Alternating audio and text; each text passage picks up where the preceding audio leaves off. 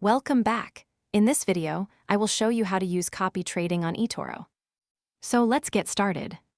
First, open Google Chrome, go to the official Etoro website, and sign in to your account. Once you're on the dashboard, click on CopyTrader from the left side menu. On the next screen, you'll see profiles of different traders. Choose the trader whose trades you want to copy and click on their profile. Once the profile opens, you can review their overview, performance, and other trading statistics. If you're satisfied, click the Copy button on the right side. A new window will appear.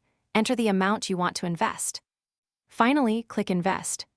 Your copy trading investment will start, and Etoro will automatically copy the selected trader's future trades based on your investment amount.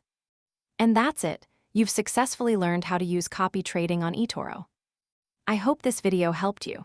If you found this tutorial useful, please don't forget to like this video, subscribe to the channel, and share it with others. Thanks for watching.